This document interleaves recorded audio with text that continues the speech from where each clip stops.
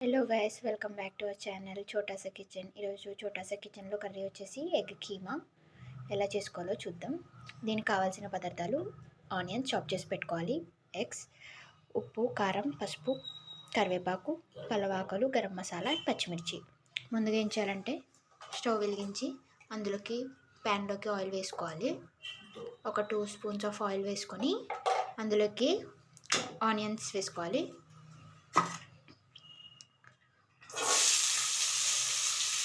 Onions కొంచెం మగ్గాలి. So ఉల్లిపాయలు మగ్గిపోయాక ఇందులోకి ఇందాక చూపించిన స్పైసెస్ అన్నీ వేసేసి కలిపేయాలి బాగా.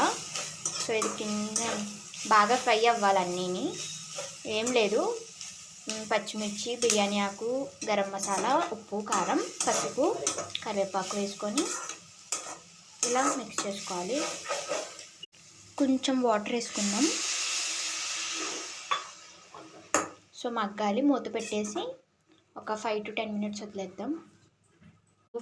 లో ఫ్లేమ్లో పెట్టేసి వాటర్ వేసాక అలా లిడ్ పెట్టేసి వదిలేయాలి. ఒక 5 minutes 10 minutes అలా వదిలేయండి. తర్వాత ఎలా ఉందో చూపిస్తాను మీకు. 5 minutes తర్వాత చూద్దాం.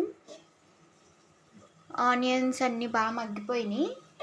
సో ఇప్పుడు మగ్గాక ఒకసారి జస్ట్ ఇలా కలుపుకొని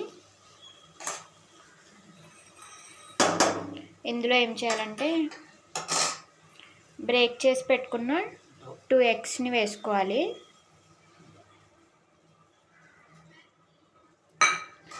ఇలా ఎగ్స్ కూడా వేసుకొని ఒకసారి కర్రీ అంతా కలిపేయండి బాగా.